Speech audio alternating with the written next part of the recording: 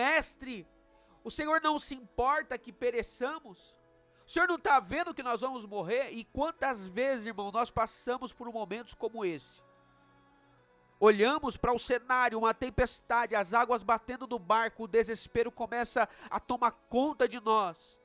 E nós olhamos e diz: cadê Jesus? Cadê Ele?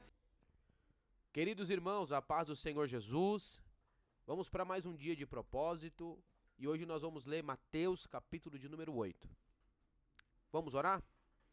Senhor nosso Deus e nosso Pai, abençoa, Senhor, a cada um dos teus filhos que irão acompanhar essa leitura.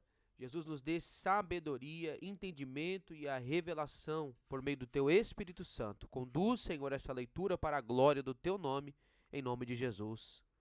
Amém e amém. Deus abençoe, acompanhe comigo.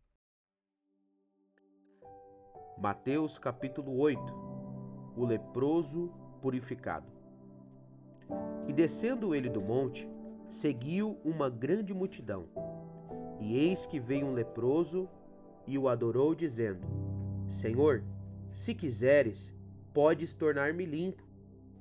E Jesus, estendendo a mão, tocou-o, dizendo: Quero, ser limpo.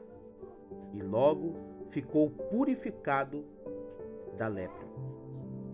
Disse-lhe então Jesus: Olha, não o digas a ninguém, mas vai, mostra-te ao sacerdote e apresenta a oferta que Moisés determinou para lhe servir de testemunho. O centurião de Cafarnaum. E entrando Jesus em Cafarnaum, chegou junto dele um centurião,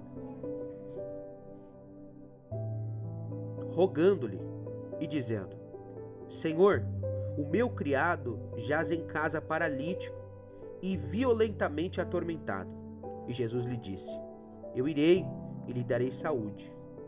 E o centurião, respondendo, disse: Senhor, não sou digno de que entres debaixo do meu telhado, mas dize somente uma palavra, e o meu criado sarará. Pois também eu sou homem sob autoridade, e tenho soldados às minhas ordens. E digo a este: vai, e ele vai, e a outro: vem, e ele vem. E ao meu criado: faze isto, e ele o faz. E maravilhou-se Jesus, ouvindo isso, e disse aos que o seguiam: Em verdade vos digo que nem mesmo em Israel encontrei tanta fé. Mas eu vos digo que muitos virão do Oriente e do Ocidente, e assentar-se-ão à mesa com Abraão, Isaque e Jacó no reino dos céus. E os filhos do reino serão lançados nas trevas exteriores. Ali haverá pranto e ranger de dentes. Então disse Jesus ao centurião: Vai, e como creste, te seja feito. E, naquela mesma hora, o seu criado sarou. A sogra de Pedro. E Jesus, entrando na casa de Pedro, viu a sogra deste jazendo com febre, e tocou-lhe na mão. E a febre a deixou, e levantou-se e serviu-os. E chegada a tarde, trouxeram-lhe muitos endemoniados, e ele, com a sua palavra, expulsou deles os espíritos, e curou todos os que estavam enfermos, para que se cumprisse o que fora dito pelo profeta Isaías, que diz: Ele tomou sobre si as nossas enfermidades e levou as nossas doenças. Como devemos seguir a Jesus? E Jesus, vendo em torno de si uma grande multidão, ordenou que passassem para a outra margem. E aproximando-se dele um escriba, disse: Mestre, aonde quer que fores, eu te seguirei. E disse Jesus: As raposas têm covis, e as aves do céu têm ninhos, mas o Filho do Homem não tem onde reclinar a cabeça. E outro de seus discípulos disse: Senhor, permite-me que, primeiramente, vá sepultar o meu pai. Jesus, porém, disse-lhe: Segue-me e deixa aos mortos sepultar os seus mortos. Jesus apazigua a tempestade. E entrando ele no barco, seus discípulos o seguiram. E eis que no mar se levantou uma tempestade tão grande que o barco era coberto pelas ondas. Ele, porém, estava dormindo. E os seus discípulos, aproximando-se, o despertaram, dizendo: Senhor, salva-nos que perecemos. E ele disse-lhes: Por que temeis, homens de pequena fé? Então, levantando-se, repreendeu os ventos e o mar, e seguiu-se em uma grande bonança. E aqueles homens se maravilharam, dizendo: Que homem é este, que até os ventos e o mar lhe obedecem? Os endemoniados gadarenos.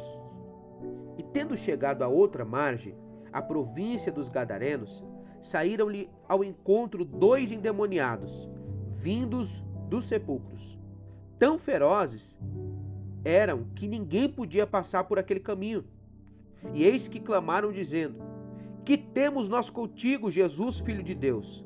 Vieste aqui atormentar-nos antes do tempo? E andava pastando diante deles uma manada de muitos porcos. E os demônios rogaram-lhe, dizendo: Se nos expulsas, permite-nos que entremos naquela manada de porcos. E ele lhes disse: Ide. E saindo eles, se introduziram na manada dos porcos.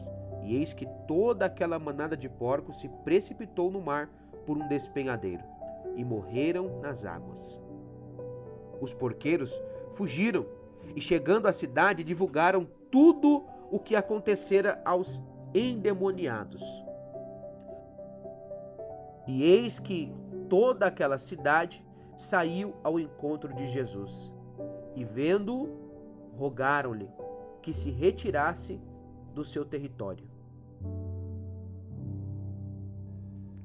O que nós vemos aqui no início do capítulo 8, a história deste leproso, um homem que era totalmente excluído da sociedade. Alguém que tinha a doença de lepra era afastado da sociedade, não podia conviver juntamente com as outras pessoas e vivia com esse medo da rejeição. Mas o que me chama a atenção é aquele a quem a sociedade, a quem a religião recusou, aquele a quem os homens rejeitaram, Jesus se aproxima dele. Quando ele chega diante de Cristo, o texto diz que ele adora e ele faz um pedido, uma oração. O texto não dá total clareza, mas dá a entender que ele se ajoelha diante de Cristo, diante de Jesus, e diz: Senhor, se tu quiseres, podes me curar, me purificar. A resposta de Jesus é algo lindo e que me chama a atenção, porque ele vai dizer: eu quero, seja limpo. Eu quero dizer para você que está ouvindo, que está participando, que está assistindo aí.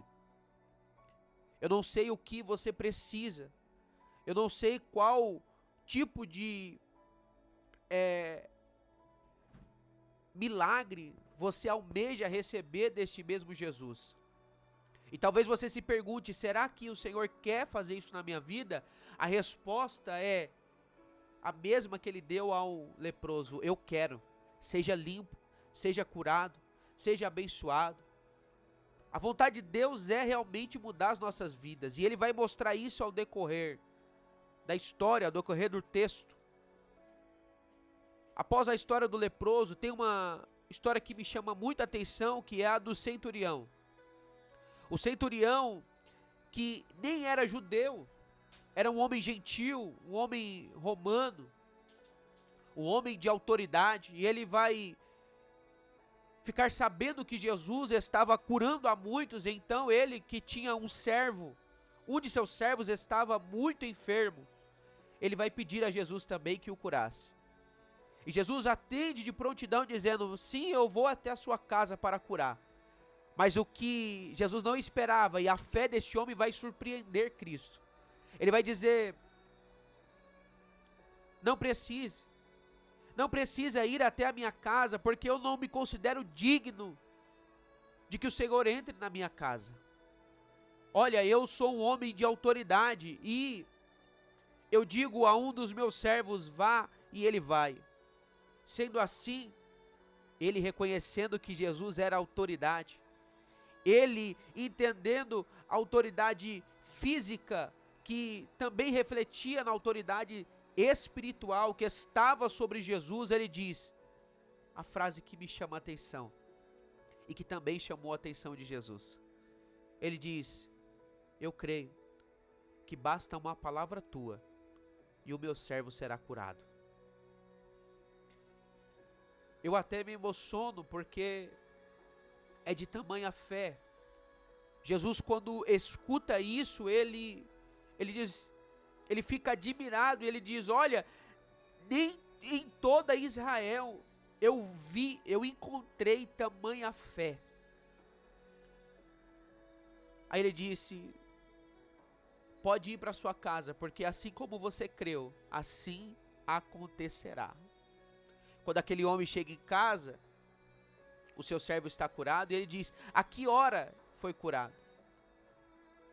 E as pessoas dizem, olha, por volta de tal hora. E ele se lembra, foi exatamente o momento em que Jesus liberou uma palavra. Eu quero, como ministro do Evangelho, como profeta de Deus, liberar uma palavra sobre a tua vida, sobre a tua casa.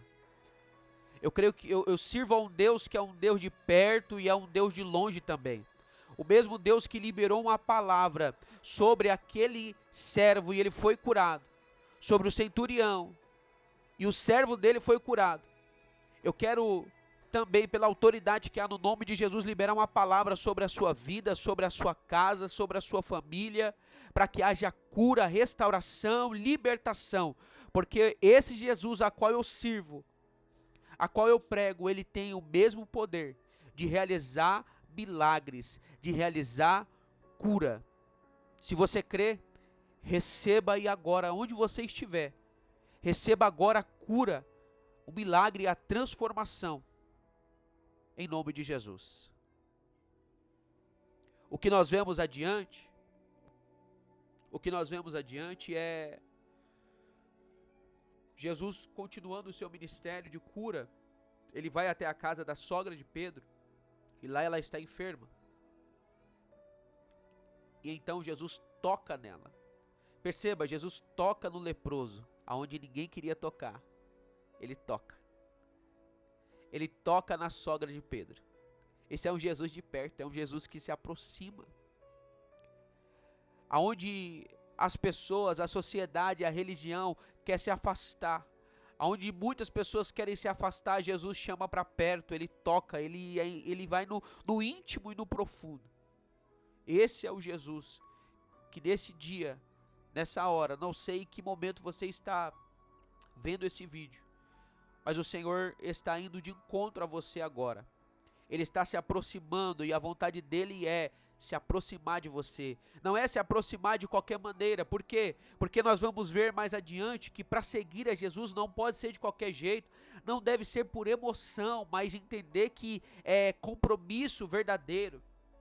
Exige renúncia, exige abrir mão de certas coisas. Por fim, nós vamos ver dois momentos. O texto vai falar sobre Jesus apaziguando, acalmando a tempestade. Quando os discípulos estavam desesperados, sem saber o que fazer. Jesus estava no barco, mas estava dormindo. De repente, eles vão até lá e dizem, mestre, o Senhor não se importa que pereçamos? O Senhor não está vendo que nós vamos morrer? E quantas vezes, irmão, nós passamos por momentos como esse? Olhamos para o cenário, uma tempestade, as águas batendo no barco, o desespero começa a tomar conta de nós. E nós olhamos e diz, cadê Jesus? Cadê Ele? Que eu não estou vendo aonde Ele está. E Ele está na polpa dormindo. Ele está no barco. Ele não perdeu o controle. Ele está usando essa tempestade para forjar a fé dos discípulos. Ele está usando essa tempestade para forjar a sua fé, para fazer você crescer na graça e no conhecimento do Senhor. Por isso, seja qual for o tamanho da tempestade, acredite, Jesus está no barco. Ele está no barco com você. E ele vai liberar uma palavra agora. E a palavra é: acalma-te, vento. Aquieta-te.